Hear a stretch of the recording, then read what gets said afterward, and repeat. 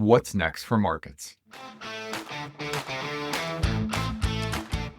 I'm Michael Kantrowitz, Chief Investment Strategist at Piper Sandler, where I lead the portfolio strategy team ranked #1 on Wall Street in the All-America Institutional Investor Research Survey. Danny, thanks for coming back. Excited to have you. We are just kicking off a new quarter, and what a quarter it was in 2Q.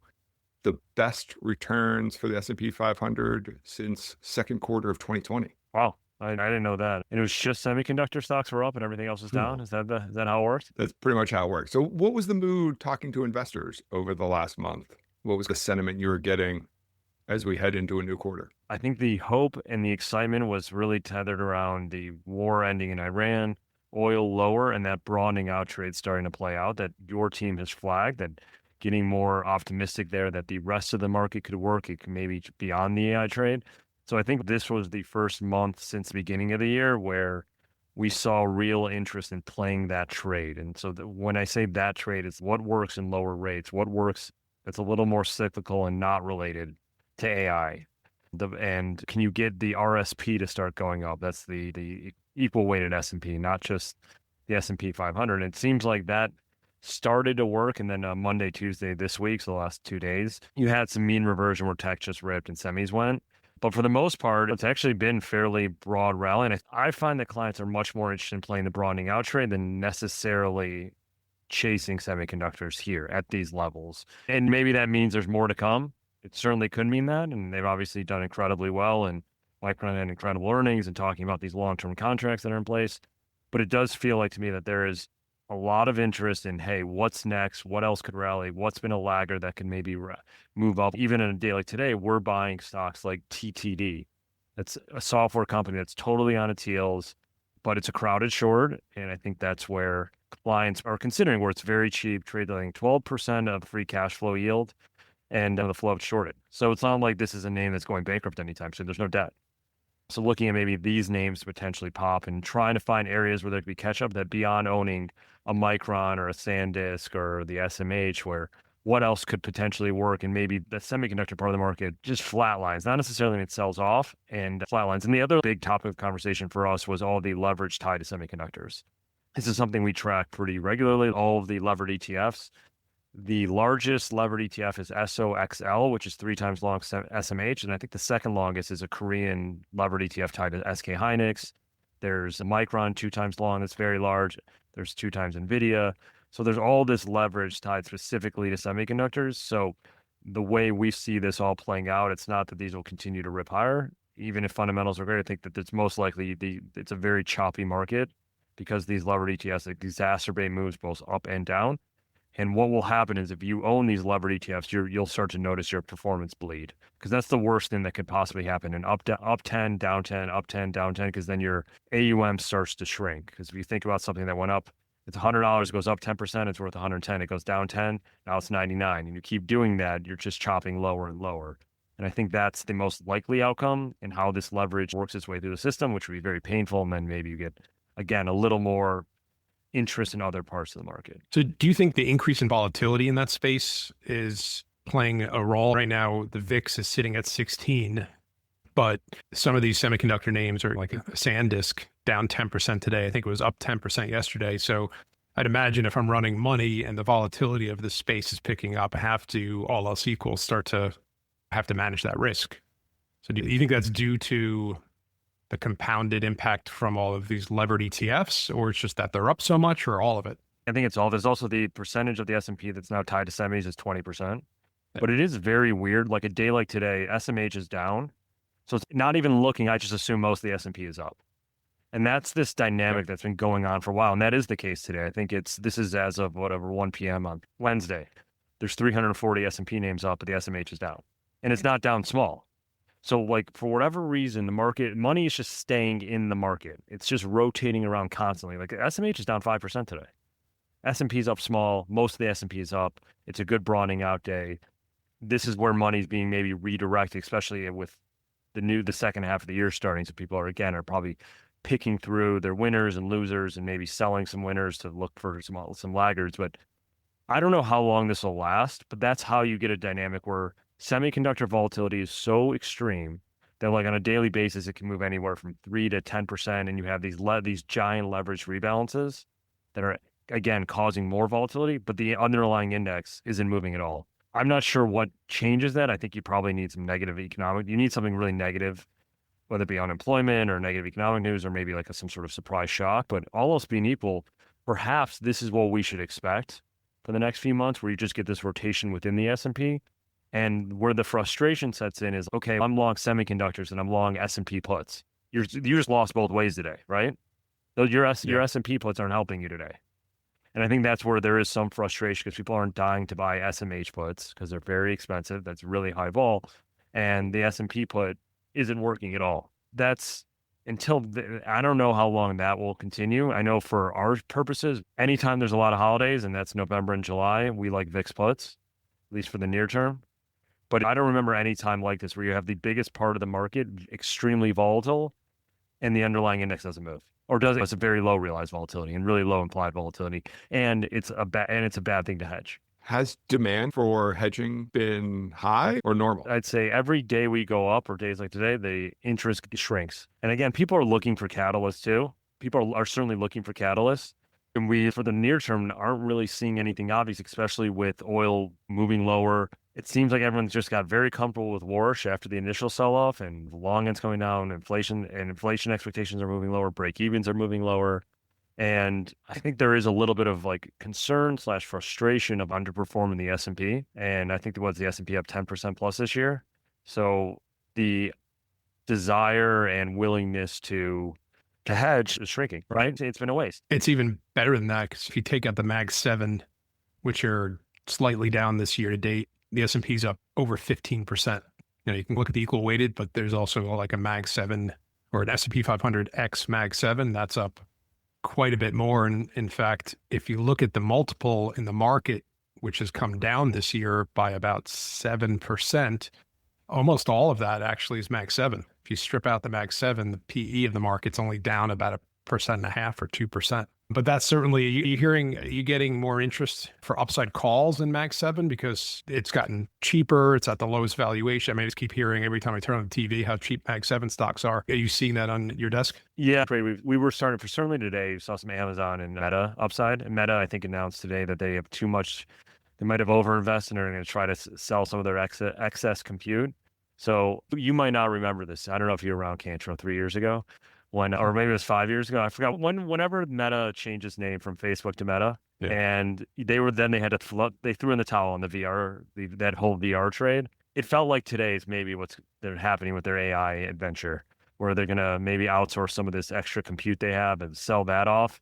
And so maybe that's the first signal that, hey, I don't like my stock price getting killed every day.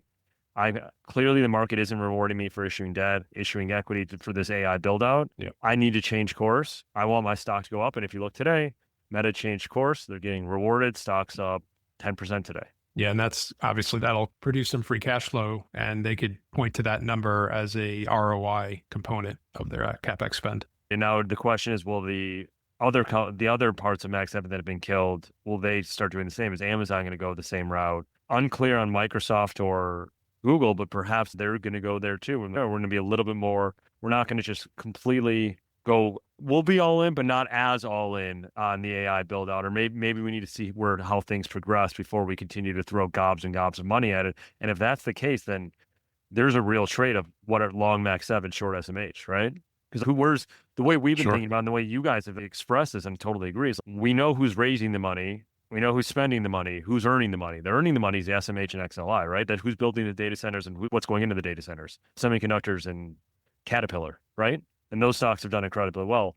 If this is about to change, then you need to rethink about the whole AI trade. And maybe now it's go back to the builders of AI, the spenders, and you need to maybe lighten up a little on the semiconductors, the industrials that have been a big part of this whole transition, right? And that all could mean the S&P actually is flat or even up, because if the Mag 7 starts working, you could have a slightly higher market.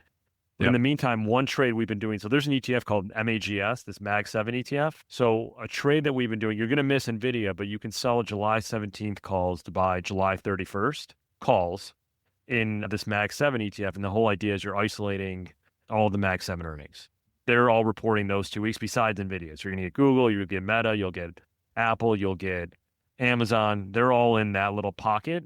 It's been a laggard, it's been a dog, but you'll get their earnings. And if more of these companies, and they just watched what happened when Meta said, we're gonna outsource, we're gonna sell some of this compute. So we overbuilt. If you get other companies saying, hey, actually, we're gonna cut CapEx, or we're even considering buying back shares, God forbid, or we're gonna slow this down, whatever it is, the stock's clearly going to be rewarded, at least near term. So if you get more of those kind of signals, then yeah, Mag 7 can start going. And that probably means this SMH is going to start to be a little bit of a laggard. And you can get that rotation. And we like trades like this where you're selling an option to buy, like an option that catches a ton of catalyst, plus the FOMC is the end of July, and you're not spending a lot of money. That's the whole idea. Buying outright calls is fine, but we like these kind of trades because you're paying for the catalyst rich call with a catalyst free call ahead of a bunch of holidays, right? There's a 4th of July is coming. You have a 3-day weekend. It's not a great time to own options when there's a ton of theta.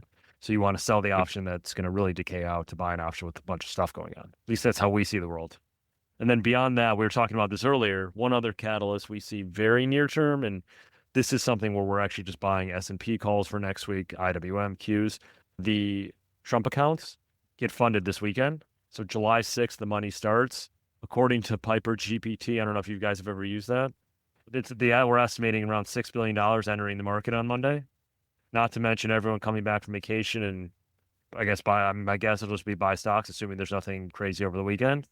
And what we've been doing, and with volatility generally low on the index level, if you get just a rally starting next week, we like SPY July 6 calls, IWM, Qs, whatever it is, because the only thing you can buy in these Trump accounts are cheap index funds. There's no single stocks. It's just index funds. So as a way to play for a big inflow in the equity markets, we like July 6 upside. And is July a seasonally strong month? Yeah, I know you guys have written about this. We've written about this. The last 10 years, S&P's been up. Qs, I think, has been up 15 of the last 16 Julys, or maybe 16. Last July was the first time it was down in 17 years. For whatever reason, it tends to work. We like to think of as being very option-centric. Anytime there's holidays, you have this thing called delta decay, and that's when, if you own a 25 delta put, every day that passes and the market doesn't go down, let's say the market's flat, the delta will just shrink because there's a less likelihood of being in the money because there's less time. So you can imagine when there's gap in the times we live in now where everyone's trading short-dated options, every holiday makes the delta decay more, it increases the amount of delta decay. So now we have a 3-day weekend coming. If you want to put for next week, for instance, the delta is going to shrink a lot by Monday if we're just flat. And all that, and the dealer on the other side who's short the put and short the stock now, because the delta is shrunk, has to cover some of that short stock. That has this nice, very bullish impact on the market, and that's why we do tend to rally. That's why I think we tend to rally in July. That's why I also think we tend to rally in November. I don't think it's a coincidence that the 2 months that have these big holidays that tend to be in the middle, this is on a Friday, but whatever, this is celebrated Friday, but usually you just write off the entire week, and that's the same thing for Thanksgiving, where you have this extreme delta decay, the market goes up. I don't think it's a coincidence at all that it's around these holiday months. So July is a good time to be long, especially the first 2 weeks. That's where we've said the most of the returns come the first 2 weeks of July. So we like the broader, cheaper index options calls for the next week or two to play that. Again, this is all else being equal. If war breaks out in Iran again, we're going to sell off. The seasonality is not going to help. Sure. And then right in the middle of July, we're going to have the CPI report, which could dictate the back half of July. Yeah, when we'll see. And then the other thing that it's been coming up a lot, and we'll see if this changes. Warsh has said he's not going to have forward guidance. Specifically said this, right? Yep. So there should be a bigger implied move for these events, and it hasn't happened yet. They're still priced like Powell's the Fed chair, which to me is very strange. The Fed is cheap. The CPI is cheap. Payrolls tomorrow are cheap. I don't get it. It seems like he said he's being very data dependent, and who knows what it'll do. We don't know what this Fed is. We know it got a lot more hawkish as the last meeting, but to the great work you guys have flagged, that's probably going to change. And even today, I think he sounded fairly dovish at this ECB thing. Yep. He did talk about the market data, but he didn't say inflation swaps, but he did acknowledge, which he did not do in the last FOMC meeting, the first one. He did acknowledge, though, that near-term inflation pressures have eased, but then the next sentence after that was, but something along the lines, but prices are still high. And those can both be true at the same time. And I think what is more important for the markets is the rate of change as a primary issue rather than the level of inflation, which, we're still well above 2%. And so we'll see. So one thing I discussed, I was in Toronto the last couple of days seeing some people. And one trade that came up, and I'm curious your thoughts on this. And this is like in this market where index volatility gets low, rate vol is extremely low. I think this is as low as rate vol has like basically ever been, which is again is very weird with a new Fed chair who's just completely changing the way things are done. You can go out to January 2028. TLT's the 20 plus year Treasury ETF, and volatility is very low. Stocks around 85. And you can buy the TLT Jan 28, so it's 18 months away. God knows what will happen by then, right? It's very far. Buy the 105, 120 call spread for 40 cents. So the idea is that it wasn't that long ago. So TLT is 85, and it feels like it's just been there for years, which it's been around that for 5 years. But prior to that hiking cycle, TLT was over 120 the entire time from basically 2021, go back to 2009. TLT was in that 120 range. So how does that happen? What if we had a recession the next 18 months? Is that possible? What is there, a 1 in 3 chance of recession? That's possible. In the next 18 months, what do you think is the odds of a recession? Do you think it's less than 1 in 3? I'd say it's a lot higher if the Fed does end up hiking, which as we don't think they will. But is it, you could argue it's over an 18-month period. That's a fair guesstimate at any point. But I would say it's a little lower than higher, given just the macro momentum we're seeing. We're not at the peak of a cycle in cyclical data. The labor market's healthier. But yeah, we could have, like you said, we can have an event. AI could end tomorrow. The war can restart tomorrow and changes the whole path. We're 18 months away, right? It's just a long time. And so that's the kind of trade we're starting to kick around. That's not even being bearish. That's just cheap optionality, right? Now, is that cheap in terms of that cost for 18 months on the TLT? Extremely cheap. It's as low as it's ever been in the history of the TLT option market because 1 year TLT volatility or 18-month TLT volatility is very low. Yeah. It's just pricing in. But it's all because it's funny, like how volatility works. While people say, oh, it's all forward looking, if with earnings and single stocks, sometimes it is, an index, sometimes it is, certainly. Oftentimes it's backward looking. If I have lost money owning options in the past, they're going to keep getting cheaper in the future. Yep. And it's very reflexive, and no one wants to because you sound stupid when you say that, oh, what is realized vol thinking about implieds? It actually is very influential on implieds what realized vol was. And you look at charts all the time. You know that's how they track each other. But everyone thinks that's not what you should look at. It's, okay, if I'm losing money buying options, which if you have been losing money generally buying TLT options, unless you get it exactly right because it's been in this 80 to 90 range for 5 years, that's why these options get really cheap far out. And by the way, this trade might not work. We haven't been above 105 since 2022. But who knows? There could be a regime change. There certainly is a different guy running the Fed, which is interesting.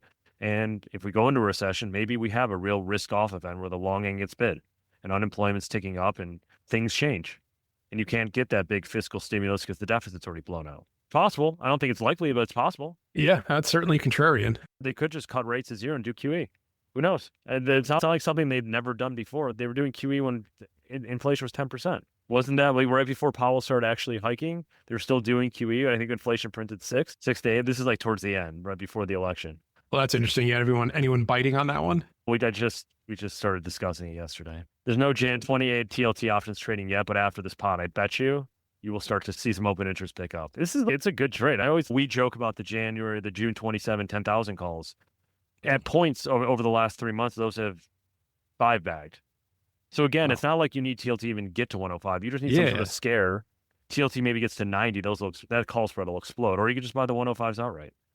Doesn't matter. It's like this is the time when vol is extremely low and things that have in the past move a lot with a volatile president, with a new Fed chair. So it's just like crazy that you wouldn't do this. And by the way, if you wanted to fund it, there's plenty of ways to fund it. Sell an 80 put for September or an 82 put. It's 40 cents. That'll fund it. Or sell something shorter dated. There's plenty of areas you could find funding.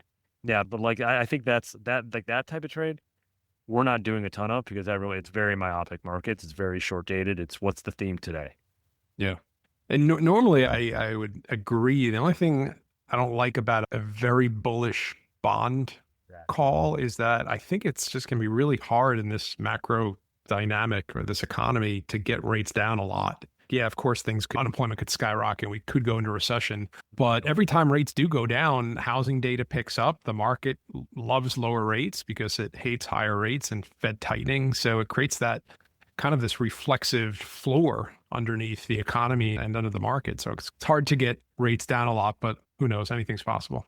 So I'd say this. I'd say this, the contrary, that's fine. I actually think that's great.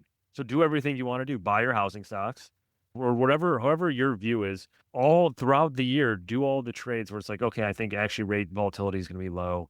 I think that anytime lower rates go up, I'll buy own housing stocks, or maybe you'll actually will put some REITs because I actually think rates are going to stay elevated. This is in the back book. This is your hedge.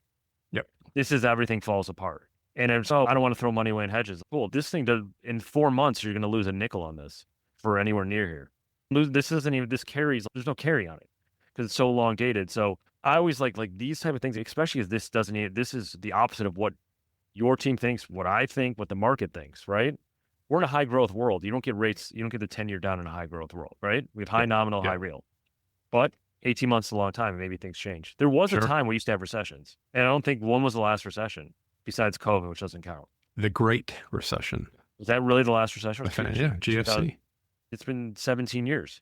It's crazy. Yeah, I don't even think Steven was old enough to drink. No. Can you imagine how much hair I had then? It's insane. So July is seasonally a strong month. Volatility is low. A lot of single stock vol. A lot of that in semis and AI names. So in terms of major catalysts coming up in the month of July, we've got payrolls on Thursday this week. We got CPI on the 14th. So what is priced in for that? Because to me, if he doesn't surprise a little incrementally dovish, I think the market's going to not love that and yields are going to push higher again. We probably get a decent sell-off. So I'm surprised to hear did you say there's not much vol priced into that day?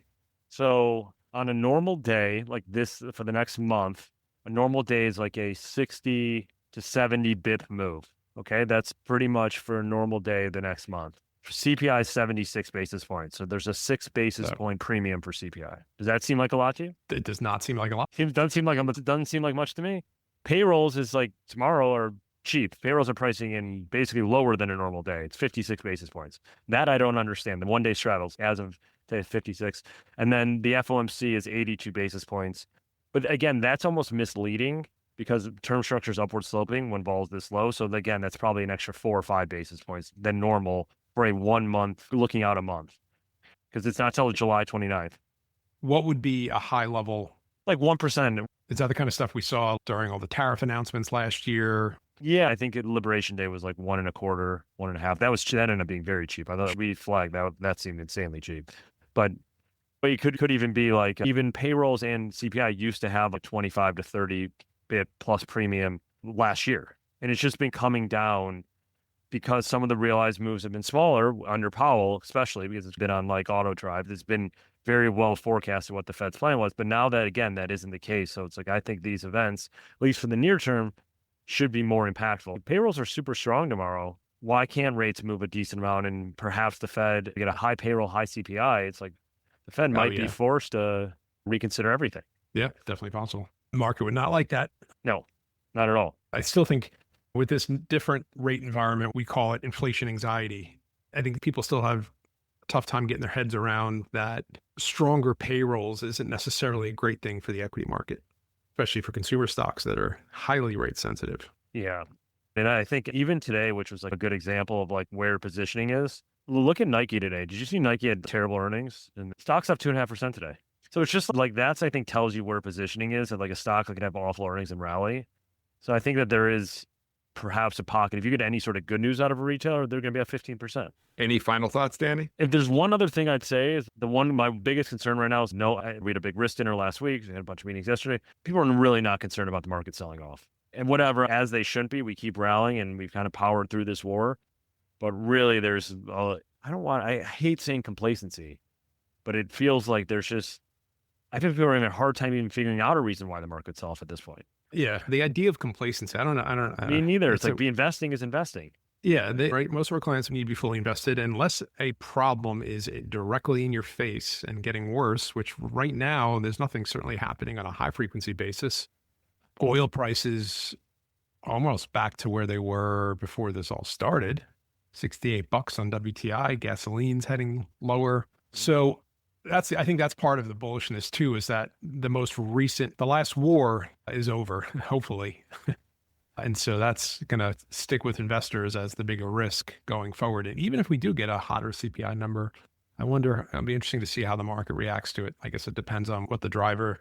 of CPI is, whether it's more tech inflation or something else surprise to the upside. So You're also very well compensated if you're long semis, and if you were open to writing an option against your long, you are very well compensated for doing it.